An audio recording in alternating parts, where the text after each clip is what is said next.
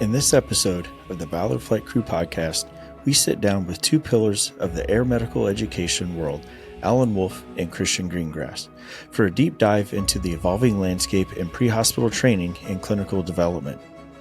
From adapting to the needs of today's learners to the growing impact of simulation, mentorship, and AI, this conversation explores what it takes to prepare clinicians for both ground and air medical transport.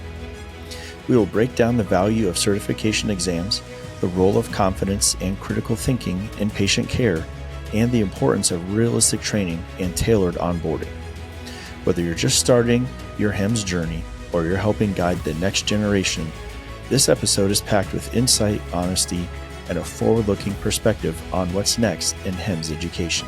Thank you to our sponsors, Precision Aviation Group, Spectrum Aeromed, and Technosonic Industries. Welcome to the Valor Flight Crew Podcast, brought to you by Vertical Helicasts and Vertical Valor Magazine. Produced in partnership with Echo, Every Coast Helicopter Operations, the Valor Flight Crew Podcast promotes the personnel and life-saving equipment behind helicopter air ambulance services. Join hosts Mike Fadale and Blake Shrider for in-depth interviews and expert insights from air medical personnel, pilots, communication specialists, and maintenance crews who play critical roles in airborne emergency response. Line 1 accepting. Copy, Line 1, gotcha, accepting. You're going to be talking to Red Feather 1 on LCEMS. It's a full-time job to really, make sure that you're training and the simulation and the recurrent education. And you see it in so many organizations that some people, that's their sole job is to just do the continuing education and continue to come up with it. And not even just to check boxes, because anybody can do that, but to really make sure that you get something out of it. And Alan, when you said you've had people say like, oh man, that was boring. Man, I can tell you right now, every year at CIMEX, it's a 2-day event. And after the first day, my head hurts like 9 hours of 8 scenarios, an hour each of just the most, they're not impossible. They are not, they're straightforward. So they say, straightforward. I don't think so, but, but it just invokes that other thought process, and and that's what it's really all about. And I know, that's what we kind of said earlier. You can't really teach critical thinking, or it's an art to really trying to teach that. But we're trying to give people the tools to invoke that part of the critical thinking process and to continue that going. And so, I'll tell you, when they first brought it out, I didn't like it. I didn't like feeling stupid, but I really did leave with a lot of respect for it. And then each year it just gets better and better. It gets harder and harder, but for a reason. So that's my personal experience with it. And I think it's only going to continue to grow, especially with people like Alan and Christian out there throwing people on power lines. Absolutely. Or mannequins, I should say. Mannequins, not people.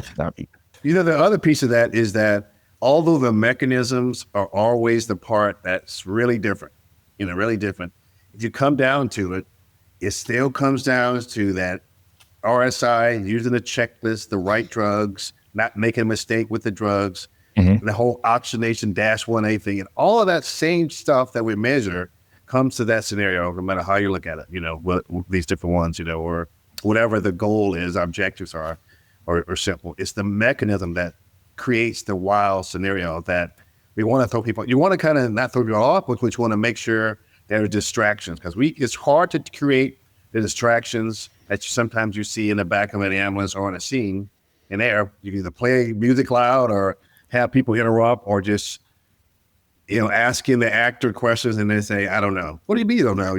You're the doc here playing.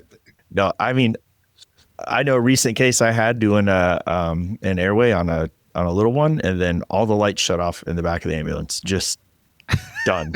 All shut off. Takes you back to the NREMT testing. Oh man, everybody's like, wait, what just happened? Where you're hitting buttons, and then like everyone's phone came out and the flashlight, everything was on for the next 3 or 4 minutes until we could get everything restored. But you said that it's a good distraction. That's another one. Write it down. Yeah. There you go. I never thought of that. That's a good one. Lights There you out. go. Cut the lights to the ambulance. See if Yep. you can get through that.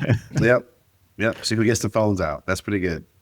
But I think back on what education, so, been involved in healthcare now for 26 years. And I look at what education was when I started in EMS and in healthcare and where it is now. And obviously we have grown by like leaps and bounds, but like simulation has been a huge part of that learning puzzle for me, because I haven't really had too many other experiences where I've been able to have live patient encounters, and be supervised by somebody else. Is kind of like, well, you've practiced on a mannequin a couple times, but making it relevant with having the simulation has made that training so much more valuable to me. And in 26 years of being in healthcare, like I just had my first opportunity a month and a half ago to be in a cadaver lab for the first time. Like, so you don't have to have those high fidelity experiences to still get that pertinent and relevant education. And I think that's what you guys are providing, on a daily basis through some of the things that you're doing with the onboarding and continuing education for a lot of your crews. But I'm sure that's got to be a challenge to continue to make that and evolve that process to make it something that they absolutely want and need. I think the evolution is going to be become pretty exponential. Just imagine a couple of years from now, you're in a simulation. And one thing I think that's really hard to simulate is those interpersonal conversations that you have with patients, that actual encounter piece of it. Because sometimes we're quick, especially as ICU nurse. I love my propofol, vented patients, it's always great. ECMO cases, intubated, all that fun stuff. But we forget about the actual assessment piece of it when it comes to talking to your patient. And many of our patients are awake on scene flights and in our facilities. And so imagine, a few years from now, we have mannequins that are tied in with large language models that you can have a real interaction with that is unique to that encounter. And I think that's the sort of thing we're going to begin to see probably in the next 5 years. Like I said, I don't work for Laterall or any of those companies, but I do predict that all of that's going to become integrated in. And I think we're going to be seeing higher fidelity. And that simulation piece, I think, is going to take a much larger role in our education in the future because of that. And once again, I'm going to say the word AI. AI plays a big role. A lot of that. We're waiting for it. Oh, absolutely. The mannequin's going to learn also. Those LLMs are going to begin to learn how the crews speak to them. And so they're going to modify its own memory. I want to be arguing with a mannequin in simulation. That'd be awesome. Dude, exactly. Dude. I think we have different definitions of awesome, but I know it's coming. Gosh. No, it's great. I wish I could just have a mannequin that would just talk for me on most occasion. I think my message would be more clear, coming across. So when we talk about these things, I mean, it's just when we say, man, imagine in a few years, it's right pretty around much the corner, already buddy. here. It's already here. I Right. mean, I didn't think that, when I started doing this, just the flying 13 years ago, I mean, look at the things that we're doing now, bringing to the patient's bedside. Look at everything we're doing. Blood, ultrasounds, chest tubes, just all these different aspects of the care that we're doing outside of the hospital, and it's huge. I think that just really speaks volumes for all the things that we do for the patients. So how do we know these are great things that we bring to the bedside. So how do we keep all of us as clinicians, how do we keep ourselves going? And how do we help each other and foster that professionalism, that mentorship aspect, that role? How do we really start that? Because I feel like when I first started, it was kind of like Christian, kind of like you said, hey, here's what you got to do it. Don't suck at it, don't mess it up, get it right and move on. Right. I think we've definitely evolved since then. But how do we hold ourselves accountable? How do we make ourselves better and build each other up? I would say, I jotted down here some notes we were talking. First thing I wrote down here is you said mentorship is strong preceptor program. I think it's great if preceptors are compensated in some way, financially or whatever method, just to keep them motivated, to take on orientees. When I started, you didn't get compensation for orientation. They just say, it's part of your job. Yep. You know what I mean? There you These go. days, people want $1 on everything. Yeah. And I got to get it. It's a lot of extra work to orient people, and be It is. responsible for that.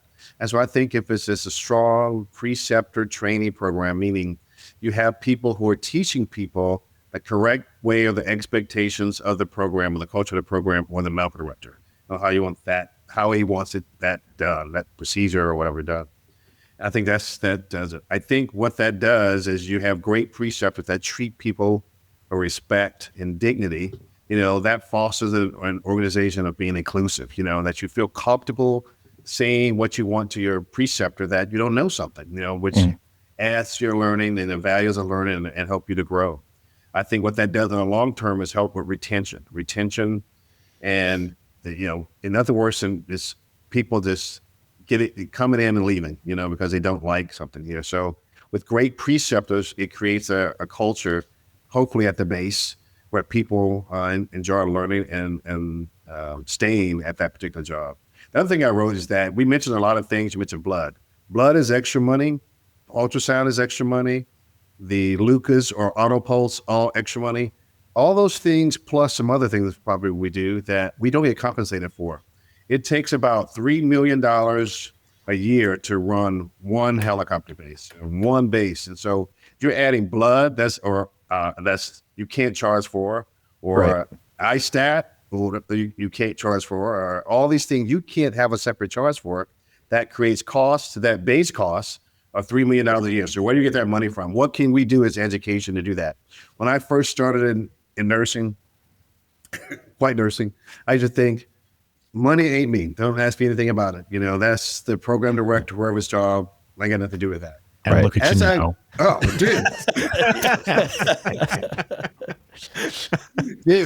dude, exactly. Now The calculator just going constantly. Exactly. As educator, I always tell my group here, and I sit at Air Methods, I just say, what is our role in making Air Methods or LightLink financially successful? And it is to help decrease the costs. There's a lot of costs to orient people to do that, And the first thing you do, if you start, measuring or you start tracking the number of days it takes people to get off orientation. So for example, if it takes 105 days or 110 days, you measure it takes somebody to get off, start tracking that. Why? Because if you create a program that's efficient, that's to the point, and you're moving people from being a third seat to a second seat meaning now you're revenue producing. You got a spot that was empty, you produce a revenue. And so you keep that time down, that saves the organization a ton of money. People cannot be on orientation for months and months and months and months and months. And so if you're able to prove your worth as an educator, you can go to your CEO. I do it all the time. I did it at Methods, I do it here. And I say, this is the number of days it takes for orientee, you show those days. And then you say, this is what it is now.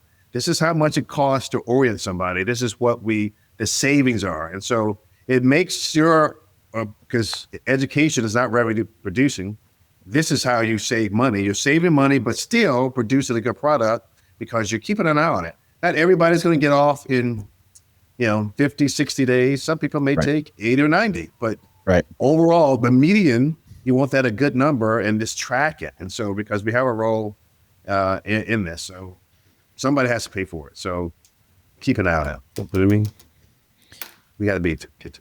I wonder too, what I've noticed just is the initial inbox training is huge because it's bringing a quality and a value to the people coming in.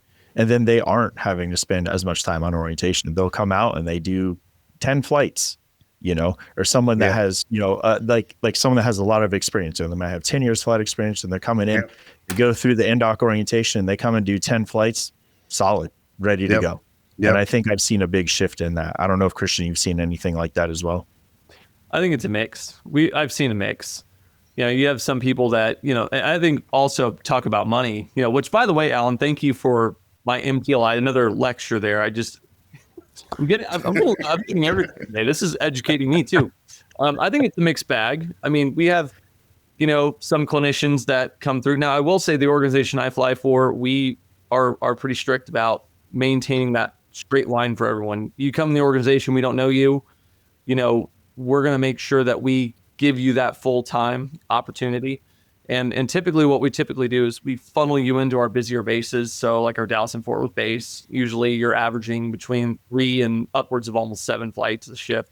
So, I mean, you're really moving a lot. And granted, they're 10-minute legs. So it's not like 30-minute legs you'll see up up where you're at, Alan, or out where you're at, Mike. But, at the end of the day, I think it's a mix. We kind of keep the bar the same just because the test off is still just as stressful for just about everyone, because the group I was in when I was hired I was the only one who came in with flight experience. So I came in with about 2 years of flight experience at the time. And so, but I felt like it was equally difficult getting through orientation as it really was with the people I was with. They were all just high performing people. So I think it really is kind of a mixed bag when it comes to that. I think it's mixed results. But I think with that, I mean, obviously that's also very program dependent. Like, how specialized are you as a program? What kind of, what breadth of care are you really, providing for? Are you doing, the whole gamut, or are you specializing in one particular area or another? So that's obviously very program specific too. But I'm curious if you guys are, you talked a little bit, Blake, about INDOC and like the standardization that you're putting out there. And I know that there are a few programs that have things like INDOC out there, but then there's also, one of the things that Echo has been trying to do in as far as changing things within the industry is things like Future Flight Crew, and trying to prepare those clinicians that are coming into the industry for the very first time to have a little bit better preparation and understand more fully what they're getting themselves into. And so I guess the question is, like, are these things, is the INDOC, is the Future Flight Crew, are the other flight preparatory programs out there providing the sufficient education to be able to help make these providers successful in their roles? Now, I can speak to that one a little bit, Mike, just because we've hired several Future Flight Crew students at CareFlight, and they've all been very, very, very successful. I think that, granted, one of them, she's just got the personality of someone who I'd want to fly with any day of the week. She's just super motivated. Scylla, she's just fantastic, right? We have those students that are like that, and that's the anomaly in many cases. But I think you're right. I think it does prepare them, because when I first got into this flight game, I thought I had an idea of what it was. And then when I got into it, I was kind of blown away about really how different it was to standard EMS or hospital-based care. It is a different world. It's a smaller world, and it's just different in how we think, how we work. I never, as a paramedic, we didn't do crew rest. We didn't do any of that stuff. We didn't believe in that. Nope. It was, hey, you're going to run that 48-hour shift until you've been awake all 48 hours, and that's just what we did. Now, whether that's not a good thing, but I will say that I do think FFC, and I do think that there's other programs out there that are kind of teeing you up so that you're not really as thrown off when you get into the INDOC process. And there's no data collection on it necessarily, but I would like to see more data being collected on whether or not, or even a study being done on whether or not these preparatory programs, what the outcomes are in the orientation process of their respective programs. I think that would be something worth studying down the line. Yeah, I can remember we got a couple, one, like, for sure, from CCTA out of, that academy, out of, Ames. Also worked with Echo on that one, another one like Echo. We've got people from there that's been pretty good, because both those programs, prepare as people pretty successfully, I think, for air medical. So I think that's a lot of value. I agree with you, Christian. I really feel like I would have loved to have some kind of preparatory class like that when I started. Like, I feel like this was like, oh, this is so cool. This is what I want to do. And while I had some concept of what I was going to be doing, like, the reality hit real quick. And, I've worked at a couple of different flight programs. And so my orientation process, I think, has gotten easier along the way because of the experience that I've gotten with it. But that first job, I mean, props to that program for being patient with me and working through everything, because, I recognize I still had a lot to learn. But I don't think there was anything that I really could have done to fully prepare me for what I was about to do. Thank you to our sponsor, Spectrum AeroMed. Spectrum AeroMed is your trusted partner in air medical solutions. Experience safety and innovation with their customized interiors, designed for both rotor and fixed-wing aircraft. Elevate your patient care with Spectrum AeroMed. For more information, visit spectrum-aeromed.com. I think Future Flight Crew has really bridged that gap, per se. And there's other organizations too. And when we were kind of talking about, professional development mentorship, being able to allow people to do a ride along when it's appropriate, for someone that definitely has a vetted interest, I think is great for people to really see what it's like, because, it sounds good in theory, right?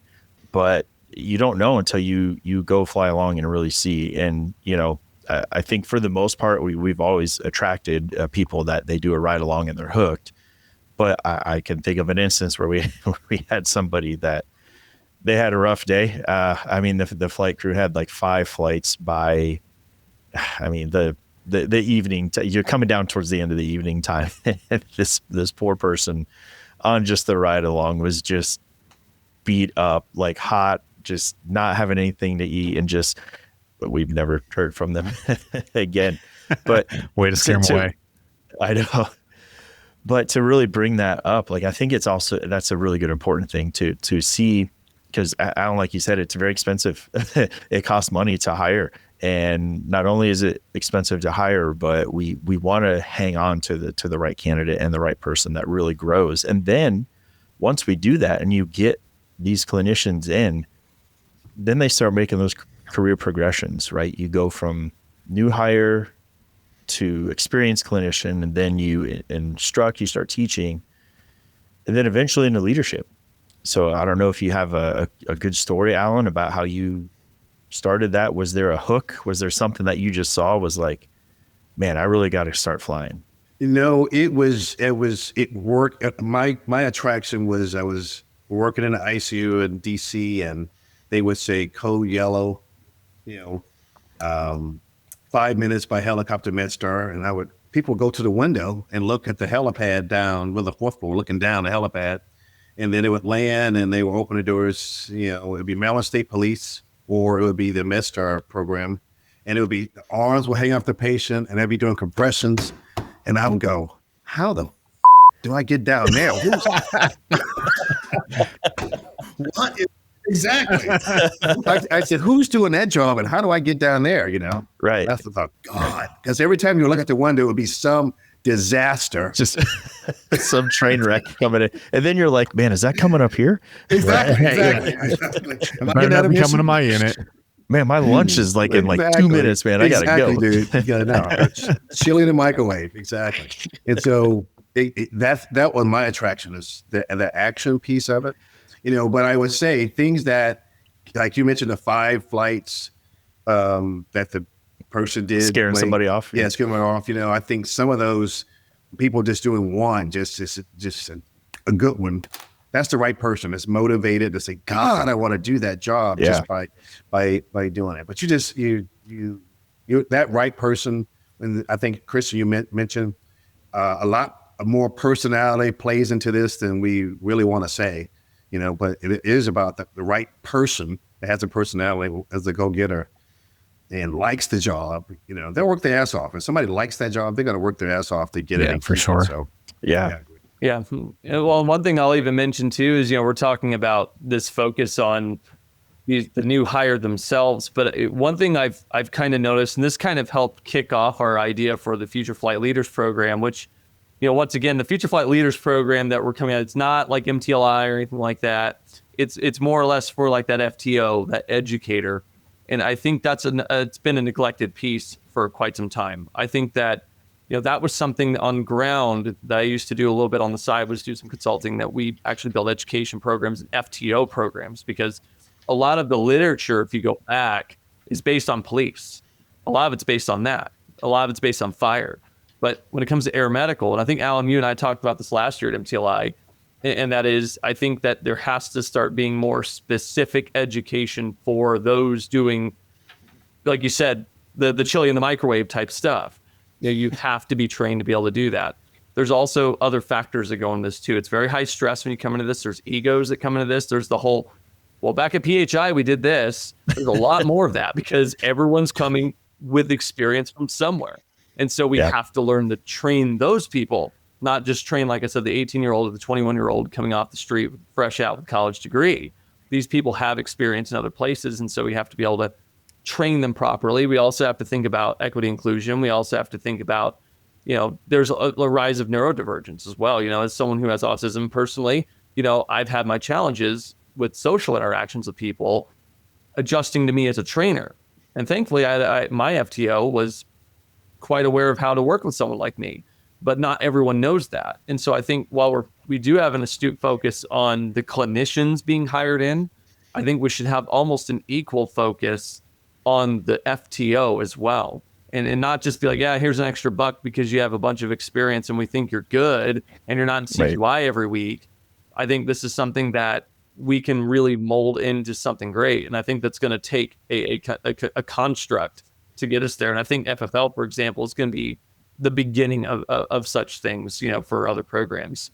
Yeah, I feel like, talking about like the whole precepting and mentorship side of things, like I think I took like 1 hour long course on how to precept somebody when I worked as a nurse in the hospital, almost 20 years ago. Yeah. And how many, like, I'm curious, like how many organizations out there, really have a solid preceptor program of this is how you should be teaching in this environment to these kind of providers. I'd be willing to bet that number is probably not very high. And then, how do you not just precept, but then the whole mentorship that goes forward from there once they've been successful? Like those are two very different or separate processes. Yeah. And so, I guess that's maybe a 2-part question for you guys, but like, are you seeing those preceptor specific education?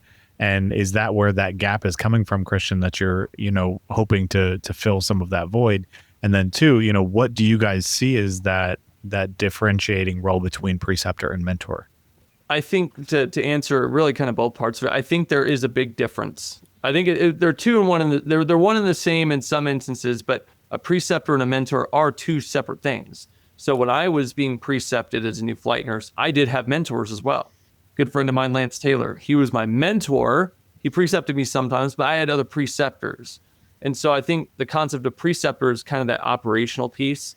And there's that application of theory and application of evidence-based education to them. But I think the mentorship is that personality piece we're talking about. You should be able to, because you have to be able to grip onto it, right? If you have this, you come into shift and you're not feeling like you have that trust and that bond with that FTO, you don't have that, the academic application is not going to be as effective, right? You have to pair the right preceptors and personalities with the right people, and they have to complement each other and be able to build. And I think that's a huge piece of it. And so as for the gap, I did notice that gap. That was something that when I came into air medical, like I said, I think there's probably some great programs out there, I'm sure. I'm not saying that, there's bad ones. But what I am saying is that I was surprised at the kind of the lack of like literature, any sort of like ASNA type textbook or something that is out there that says, this is how you precept, this is how you educate. And I personally, that's a goal of mine, is to hopefully one day see that out there in the body of literature, because I think it's just as important as a critical care transport textbook. I think that is, that should be part of the standard curriculum. Yeah, I think helping someone to become successful in this industry is an art in and of itself.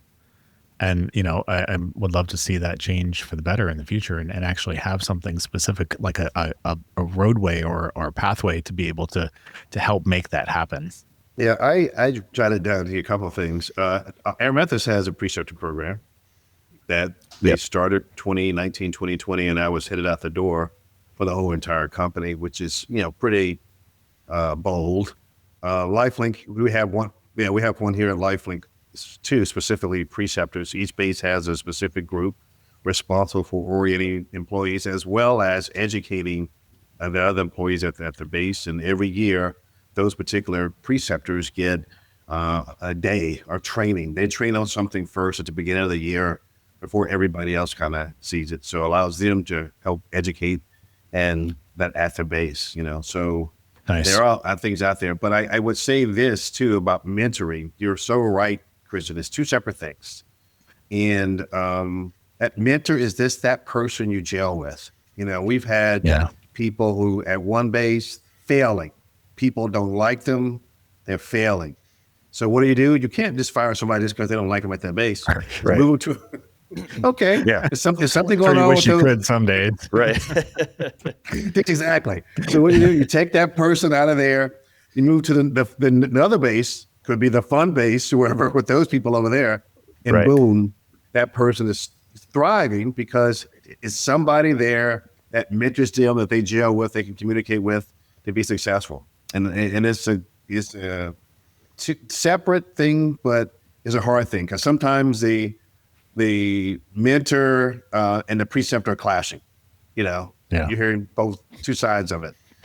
So, and we don't have anything formal. I've never worked at a place that had former mentoring program. I mean, it was the preceptor with the big cheese, and the mentoring is just the side hustle, the side chick. But which is kind of interesting Right. because like I've never had to apply to be a preceptor. I've never gotten official training to be a preceptor. It's just like, well, here's an orientee, teach them what you know because you're good at your job, right? Yeah. Yep. I feel like that's where it goes. But we actually, ironically enough, do have a mentorship program that initially when we had started up the mentorship program at my service, you had to apply to be a mentor and kind of go through that process.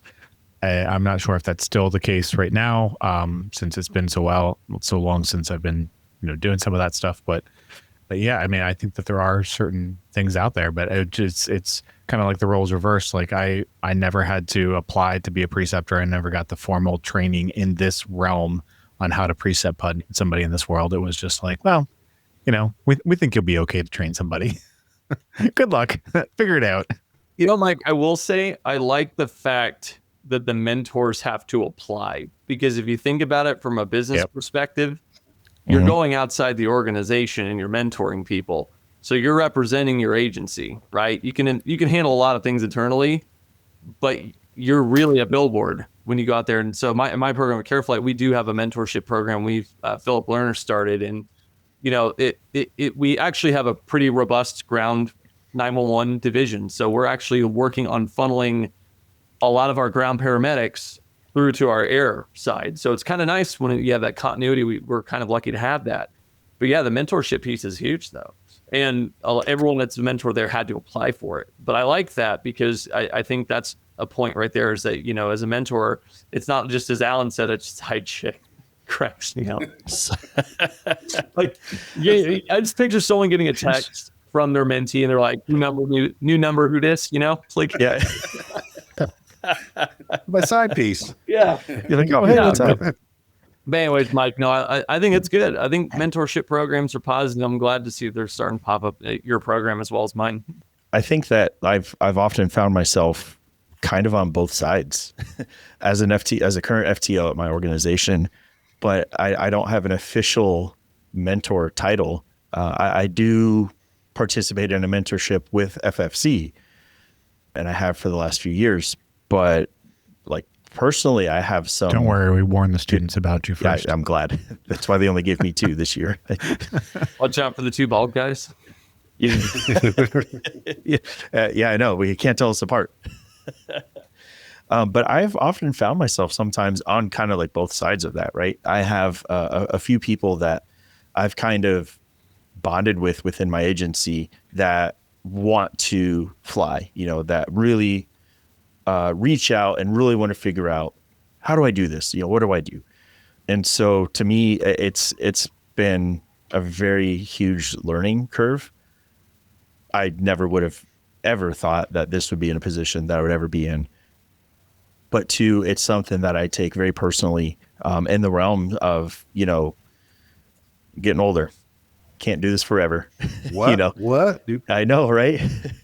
So how do we, bring these people up? And I've just tried to really just display all the things, all the mistakes I've made, all the great things that I've learned, all these other things. I feel like it's kind of helped me learn both of those aspects, being a FTO and preceptor, but then also being a mentor. And sometimes I found them kind of hit at the same time, where you have to be like, all right, Yeah. They do gel together on a very regular basis. Sometimes you're like, all right, man, listen, this is what we're going to do. This is by the book. Yeah. Telling you as a preceptor, this is how we do it. But I'm telling you as a friend. Exactly. Like this is what would come about. But I have found that honestly, I've just, not that it's been trial and error. Like I said, I've just tried to rely on previous experience and previous encounters. And honestly, working with people like you guys, and all the things that I've been taught, it goes from one to another, from one clinician to the next clinician. And that's how I really like to see it flourish and grow and really see how that really gets out there. So I think that role to me, like the mentorship, that doesn't stop after the Endocrine training. That can continue on for years, for the entire time you're at that organization. You can always pick up the phone and be like, hey, this is what I had. I'm going to have to go in and talk about this. But what do you think from your perspective? You know me, I know you, just hit me with it straight. And I feel like it's a very important role. I know personally, I've just really tried to figure out how to occupy both at the same time, but still respect for each of the differences. So I think that's interesting how, we've evolved in all of our roles through the years. I very much suffered from the imposter syndrome starting in this industry. And I couldn't believe that, number one, that, I was doing this job. And then number two, I really couldn't believe when they started putting people with me to train. I was like, wait, what? You want me to do what? Do what? There's a lot of change that we've had within our careers. And, as we progress through, it's not the typical, Benner's novice to expert route that we go, I think. And as, curious if you guys can kind of talk through your experience through the years as to how that has maybe like where you feel your milestones have really been as providers and how you've kind of progressed through that flight clinician role to then become an instructor, to then become a leader, to then become an educator, in those roles, and how that's really shaped or changed throughout your careers. Thank you to our sponsor, Technisonic Communications. Technisonic Communications is a proud provider of the critical airborne communications equipment utilized every day on every mission. Law enforcement, EMS, forestry, federal and military operators all trust their communications to Technisonic. Visit TIL.ca to learn how Technisonic can support your mission communications. This weekend, I was at Mercier in California, Air Methods program. They had a retirement party for a nurse. Her name was Kelly Foreman. She had been at Mercier, part of Air Methods for 30 years since they had opened the door, and she was retiring. And so we're at the going away party for her. I went out there because I was her clinical director, for a time period. So I went out there to, congratulations, not what you're going to do kind of thing. We're talking. And she said this to me. She said, I want to thank you for your education and calm head and able to deliver. So she said to me yesterday, deliver sometimes bad news in a nice way. She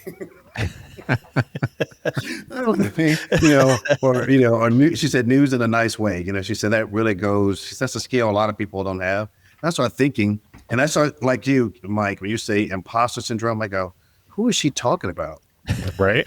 And it doesn't feel real. Exactly. I said, who are you talking about? And so you kind of hear that, and you go, you're not sure how people perceive you. Like as Blake, you said about me in the beginning, you said, God, I remember this about you, and most of it is jokes, find a way.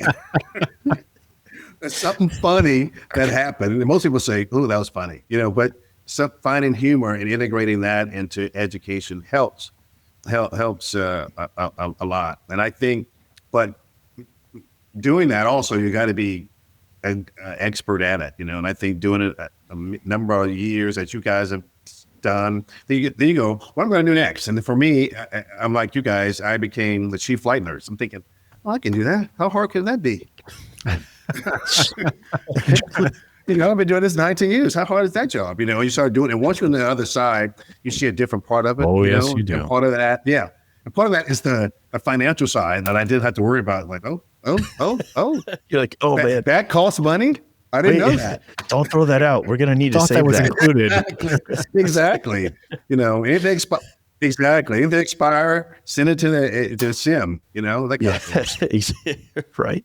So over those times you start to develop it. And so over years, when you thought you were the new person or just going along for the ride, you start realizing you're the expert in the whole room. So people need to start, don't be, nothing wrong with, I'm saying it won't be wrong with just flying the line, but eventually it has to be something where you take the next step, whether that's an education operation, something, take the next step and at least try to use that skill you have and another skill to move up the chain to do that. And so I think just hard work pays off a lot of that, and people, as remember your name on a lot of things. And Christian, you mentioned, I wrote down here, you said, Aslan needs to do a book on precepting. I wrote down here, why don't Christian do a book on precepting? You know what I mean? You're the person. Now, Not super hired. that is the $1 billion Oh, we need question. an editor. So Yeah, you've already been my editor once. We can just yeah, that's right, dude. We did a chapter already for me, So There you go. I thought, oh, that's an idea, and I'll put the bug in Aslan's ear to say, oh, how about a book on precepting, and who's it? Editor, Kristen to do it, and Kristen to find somebody else, and you get a team together and you'll create a book that becomes the industry standard. And all of a sudden now you guys will be the go-to people for that topic. You know what I mean? And so I think everything is gradual, it's just moving at the right time. I would say in my career, 40 years, what I would say, some jobs I stayed in too long. I flew for 10 years as a clinician before moving to the next thing. That's too long. What the hell I was waiting on? Well, somebody was just like, I'm just scooping people off the highway. The cameras are rolling. I'm landing again in the middle of 395.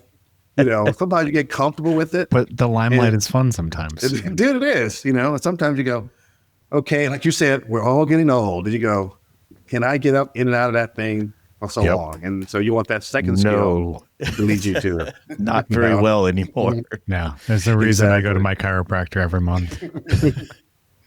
Exactly, dude. Christian, I'll help you on that book. Well, sounds good. Well, to add on to what Alan's saying, in my own personal experience, I also learned what happens if you promote too quickly. I'm sure we've all heard of Peter's principle, right? Just because you're a good clinician doesn't mean you're going to be good in this role or this role. I've been an educator for a while for the EMS side, working in different colleges, and I've wrote programs and things like that.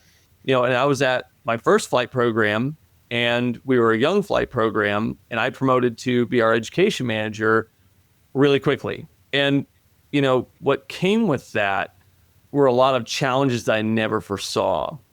Like now where I am, 5 years later, I'm a lot more comfortable being a data integration manager for the program because I've had some of that street cred, as like people like to say.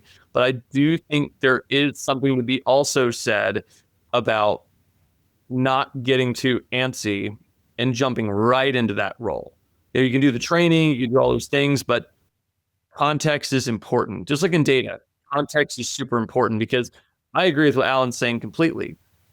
Some people say, well, you need to fly for 10, 15 years, and then maybe you could be a base manager or maybe this.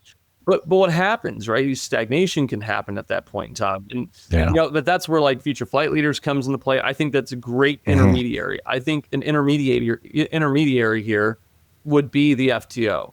And I think sometimes we look at the FTO as an education piece or like an operational piece. I see it as both. I think that's the gateway. I think that as an FTO, you should be the person that people are like, you know what? We need a new education manager. FTOs are a fresh hotbed of people who have been educating. They know the operations. They know a little bit about money. You got to watch the budget some. But I think there is a progression or a career ladder that can be built a little more with a little more clarity, have a little bit better visibility on it. And I think that's one thing I've observed in aeronautical compared to like the fire departments is that sometimes the optics are a little fuzzy.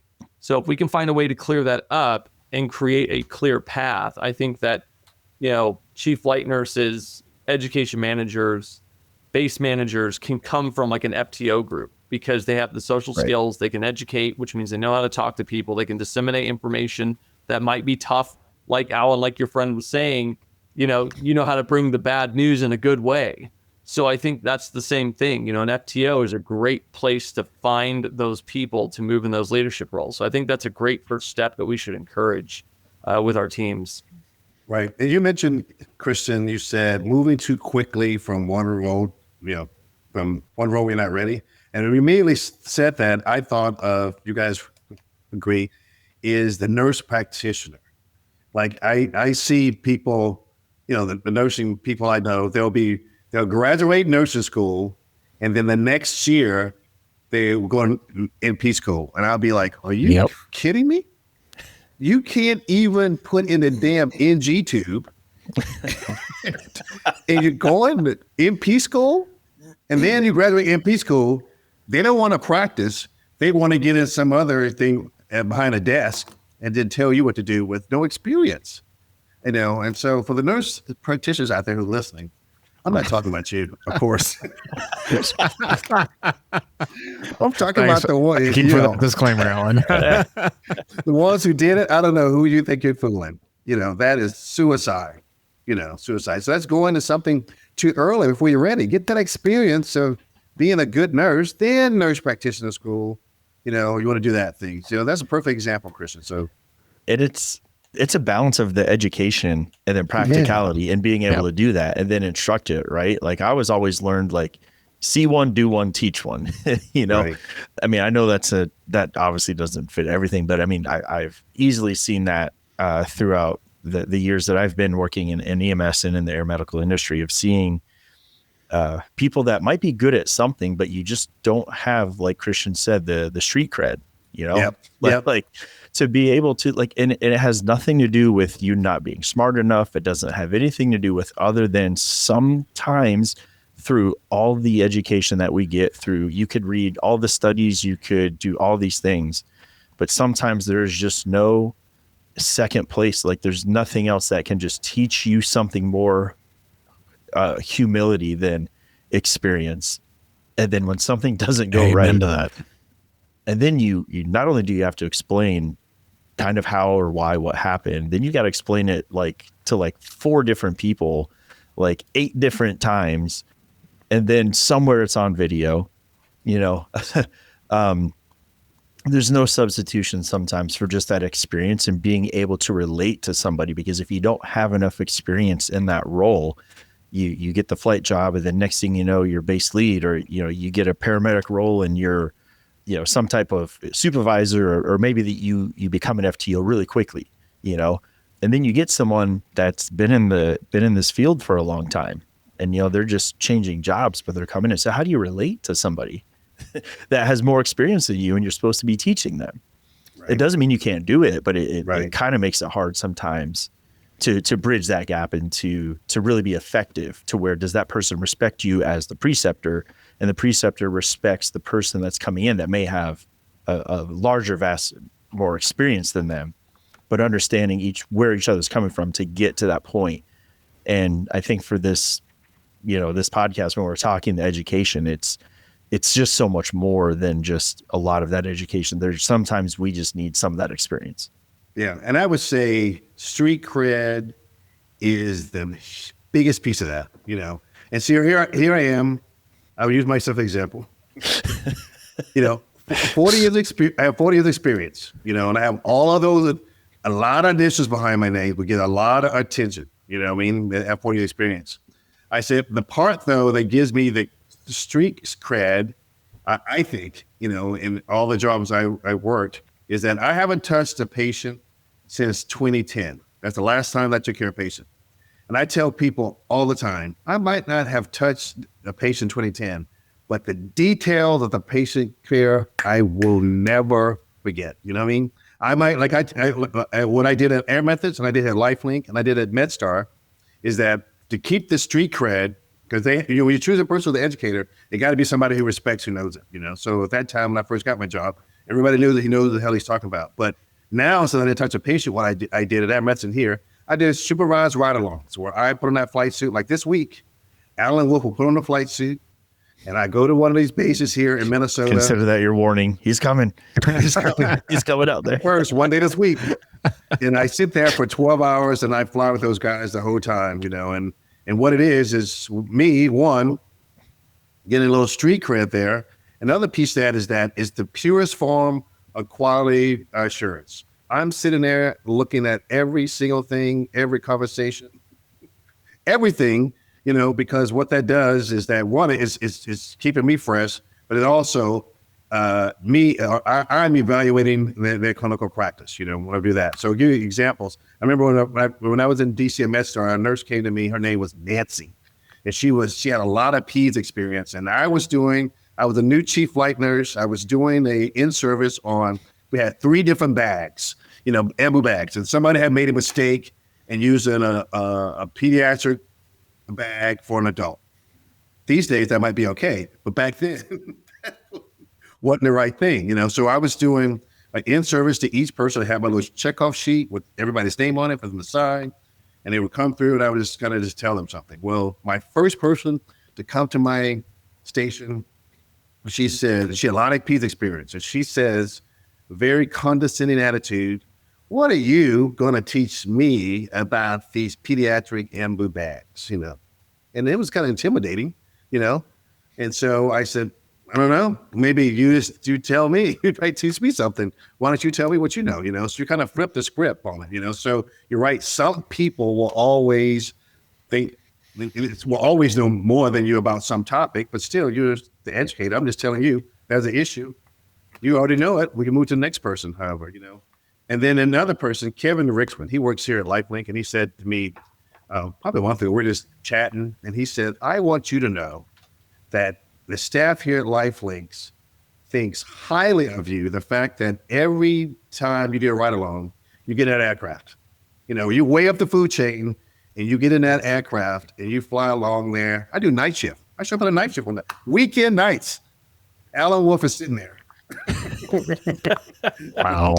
And doing those flights. And he's right. It does give street creds, but it keeps me fresh. I might not know the details of putting that stretcher into this 109 and how you got to turn it and angle it.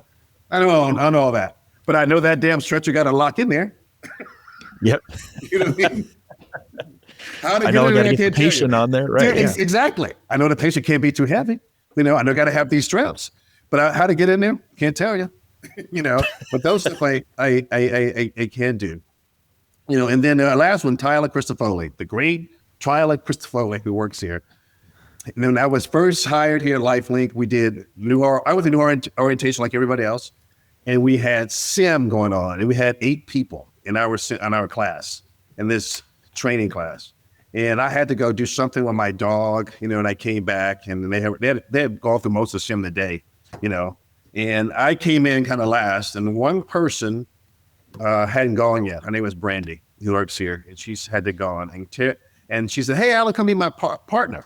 Here I am. I hadn't touched a patient since 2010, and here I am, it's 2020, and now I got to get into sim." And the new people didn't know who I was. They had no idea. The new staff I was with, they knew nothing about me. Tyler knew. So I said, "Oh, sure, I'll do it." So we get in the aircraft, the mock scene, they give us the stuff. We're doing everything, patient had to be intubated, had a pelvic fracture, all this stuff. Patient had a knee tension with a rack, all this stuff. Anyway, we do that afterwards, the patient lived, we debrief, whatever. And then Tyler called me on the phone the next day. This is like a personal conversation I'm telling you about Tyler. And Tyler says, "I want you to know," he says, "it took big balls to get out there, and you probably haven't touched a patient in a while, to sit there and do sim like that off the bat, without any hesitation." And I said, "It's not like I don't know what to do. What do I have to do? Do I know the detail of putting that damn stretcher in there? No, I don't know." Right. Yeah. Right. But I know, the details of got to be intubation, a checklist, got to entitle CO2, got to list the breath sounds, all these things, you got to do, So I think street cred goes the wrong way. And I think for me, over these years, doing those ride-alongs, like I'll do this week, this adds to the list of this street cred. And I hope that every educator who's listening, or even leader that does it, hopping in there, just watching goes a long way. I don't think it's really a fair statement for any of you to say that, you may not touch a patient very much anymore. I feel like through the education, though, that you are providing and the difference that you're making for the clinicians on the front line, you are touching more than one patient and really making a difference in that way. Multiple. So, make sure you give yourself some credit there where credit is due. Thank you to our sponsor, Precision Aviation Group. Mission critical operators and fleet managers rely on Precision Aviation Group as a worldwide leading rotor and fixed wing MRO provider. PAG provides tip-to-tail solutions in 4 MRO segments: avionics, components, engines, and manufacturing DER services. A single point of contact gives you access to over 150 million in inventory globally, 24/7. Just call 800-537-2778. Precision Aviation Group. Others sell parts. We sell support. Yes, true. You have to know the content to be delivered. However, somebody posted on Facebook, does your clinical boss, leader, when is the last time they touched a patient? Do they actually know what they're doing? That was like the topic. And it took everything... You were trumping. Power. You Not to wanted get those, those keys. You wanted to to start, unleash. to start typing. Your inner keyboard warrior was about to go to battle. Exactly, dude. And some of those you got to say, just don't even say nothing. Just close the computer, turn it off, put the phone down. But it made, the way he worded it made it sound like, haven't touched a patient and whatever. What do you know about doing something?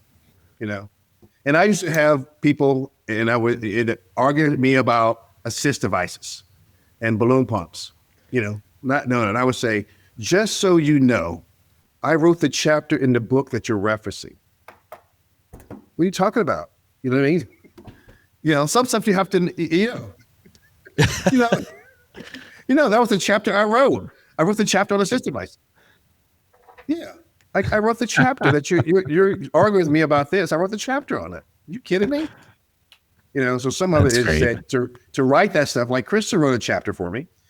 I know that he must know the stuff still to this day. He knows what he wants to write the next time it comes out. Christian never forgets. I know. Wait, if you want to know about Steven Johnson syndrome, I've got you.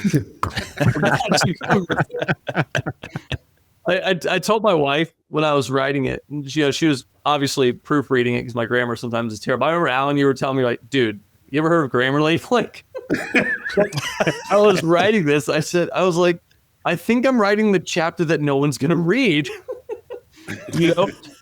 But I'll tell you what, though, I think it's good, like textbooks like that. I think that's also a really good experience that if you're able to do it, you should. Because at first, you're a little bit uncomfortable when you're doing something like that. But as you're doing it, you learn so much. And you also learn about yourself and where your deficits are. Like I said, Grammarly is awesome. Like I don't work for Grammarly, but I'm saying I use it now for, and when I write for my doctoral program, I'm able to write papers that actually make sense. It's not convoluted. It's not, remember Alan, 60 pages? Right. Exactly, dude. Chop it up.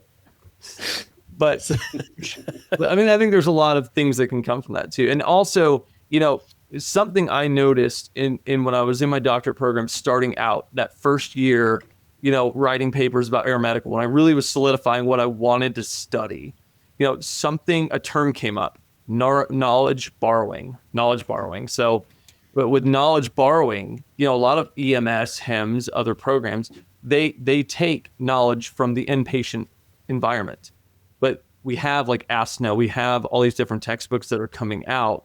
And I think that moving into the future, one thing that's going to help us with education is that we stop knowledge borrowing so much when it really should apply for what transport is, right? Like, for example, I'm not going to place, a PUP pad on my patient and do, turn every 2 hours unless I'm in a fixed wing for 6 hours straight, right?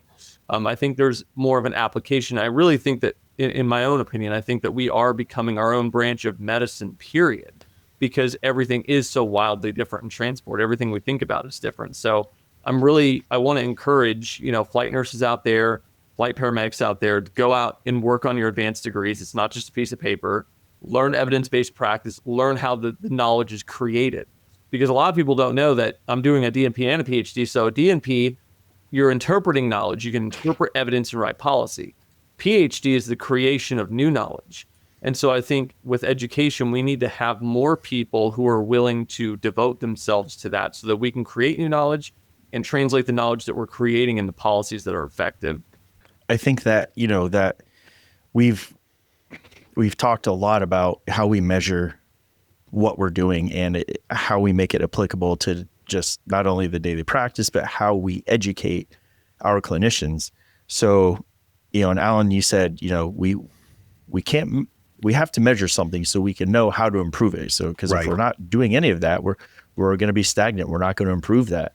And then further dovetailing to kind of like one of the like kind of last things we were going to try to get to was the personal accountability amongst ourselves, and then how we relate that in probably the worst subject of all to talk about, the charting and our documentation, because there's that whole other piece of that, right? Because, Christian and Alan, when you're talking about, we have to measure these things and we have to get this data.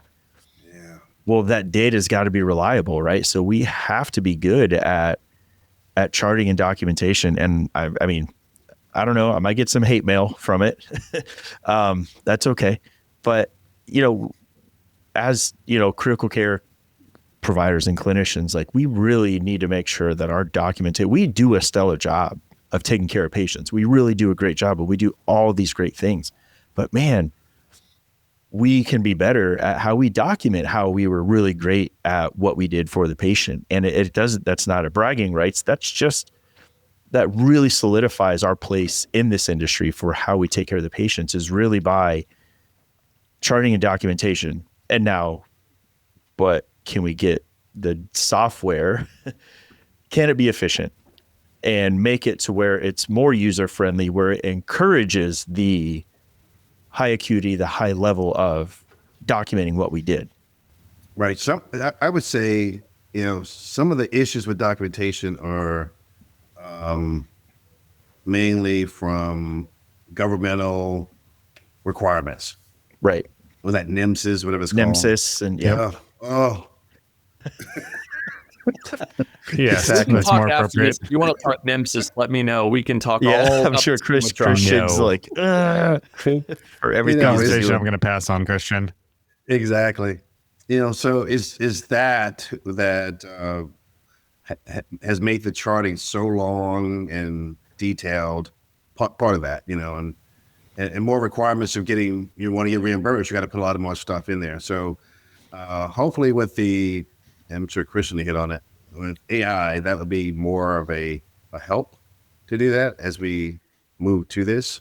For instance, I know that in our own, just at LifeLink and Protean has a lot of AI features now that help with the QA piece, which is great, because it lets the data. But again, like you said, Blake, it has to be good data in for AI to pull it out. If you're not putting the way intubation should be, with the drop thing, and you're just free texting it, right? AI will probably hopefully find it. Because you're not, when you're reading 10 charts, having to go through and figure out like, oh, was this an intubation? Exactly, dude. Yeah. Exactly. But if you do the drop list, yeah, absolutely. It kind of gets it. So I think right now the QA piece is going to be the initial part. It'll be great to see how we can use it for charting. We're playing here at LifeLink with ways of audio. We have the one person is mic'd, and they're talking out everything they're seeing and doing, and it have something the AI is recording the whole experience, and then at the end of it is doing a data dump and dumping it into the chart, and so you kind of look at it and you go, oh, that's not what I meant, so you have a long way to go. So if you have to say every single thing that you're seeing, because what it's doing, it's recording what you're seeing, so, and it does drop out even in minute meetings. It'll drop out the cursing or the inappropriate language. Yeah. All right. So there's a safe for us. We might have a chance.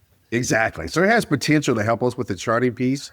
I think the biggest help is that it can do pretty soon, probably by the end of this year, is help with the once you close the chart, it can boom, read it and tell you where it was deficits based on your protocols. Just the minute you close it and upload it, it can tell you right off the bat. And then it can give you all the stuff with the gamut stuff. And it can also even provide any other metrics that you want, So like, for instance, I used it just recently. I went through each chart and let AI tell me what was the shock index prior to intubation, what was the shock index toward the end at discharge, patient to the receiving facility. To see, are we truly resuscitating patients appropriately prior to RSI? And then but there's a lot of other factors to that. You start looking at it. So it's trying to find ways that this can help us. But it's all about data. This is, imagine if we can able to say, well, your shock index was this prior to intubation. Did you truly do a good resuscitation? Because that plays into -1A metrics and everything else. And so I think it does a lot. And I think education piece of that, like for instance, if you educate people, what does -1A mean? What it means? What are you getting that data from? It's right before intubation, right after. Yeah. So it's telling you right there, these how we can improve the numbers on that. And I think if we can start creating data dashboards that drill down to the person, person, and then you can see how you perform under metrics, that's a different ball game, because nobody wants to be second place. You ask who came in second place in the Super Bowl? Who cares? We know Philadelphia won. I don't think people realize how much energy that burns. Like, you burn like 10 pieces of coal just asking that question.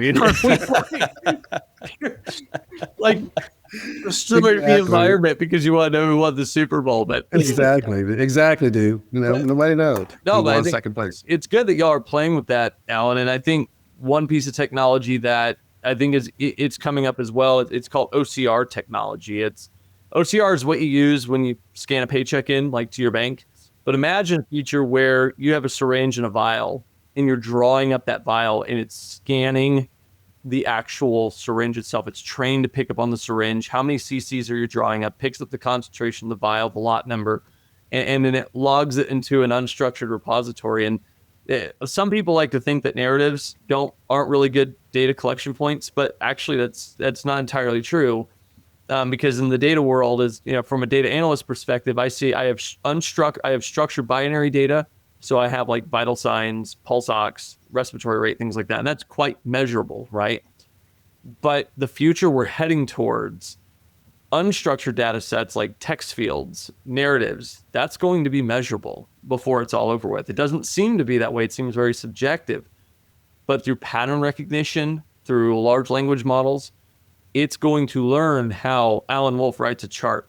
And it's going to learn that even down to things in nuance. Like, I can use Power Automate with Microsoft 365 right now. It's really fun. I actually have it set up to pick up when I have someone sending me an email and it comes across as angry. Like, it'll tell me, oh, wow. you have an email and we're pretty upset with you. It will. I'm going to test that right now. No, just kidding. Well, we need a premium license and also Copilot to help. But that's where the technology is heading. It's taking what we have always classically perceived as subjective and turning it objective and measurable. So, I think that's where we're heading. I think it's awesome to hear that LifeLink is doing that. I'm hoping at CareFlight we're going to be heading in that same direction with our data infrastructure that we're working on right now, is that to be able to set ourselves up to do that, because I would like to see things like what kind of language is being picked up on a new hire evaluation, because we think about the 14 different types of bias that exist in nature. I think we can also look at examinations too. Like when we write the exams for BCEN, IBSC, and these other tests, imagine where we can take that test maker bias out. And so that we can get a true measurement of the knowledge base that's there. It can make the test more robust. I've actually used AI quite a bit to write exams for CareFlight, and I think it's worked out quite well because I make sure that the prompt engineering is set up correctly to where it takes those things out. And it's also based off of evidence, right? So I use frameworks to build exam questions. And so I think that's going to be the future as well. Imagine infinite test banks when it comes to testing people for certifications, new hire exams, things like that. I think that's also something we should be looking out for on the horizon. it's fascinating to me to like hear some of these advancements, and part of me hopes that I'm not going to be retired by the time. well retired by the time this is like fully in effect. That I there's a big part of me that doesn't want to have anything to do with that. But I think it's also fascinating at the same time, and it's amazing. If it's going to make my life a little bit easier on when I have what would have been that 4-hour chart for the ECMO call that I was on, I certainly wouldn't be opposed to being able to make my life a little bit easier. Not going to lie. But it also scares the hell out of me at the same time, and very much hope that I'm far removed from the industry at that point in time. But it'll be interesting to see what the future holds. That's for sure. Absolutely. Well, I think this has been an incredible discussion for us to have tonight. I can't thank you both enough, Alan, Christian. I think we covered a lot. I think we covered a good amount of the education side and how important it really is to us as clinicians.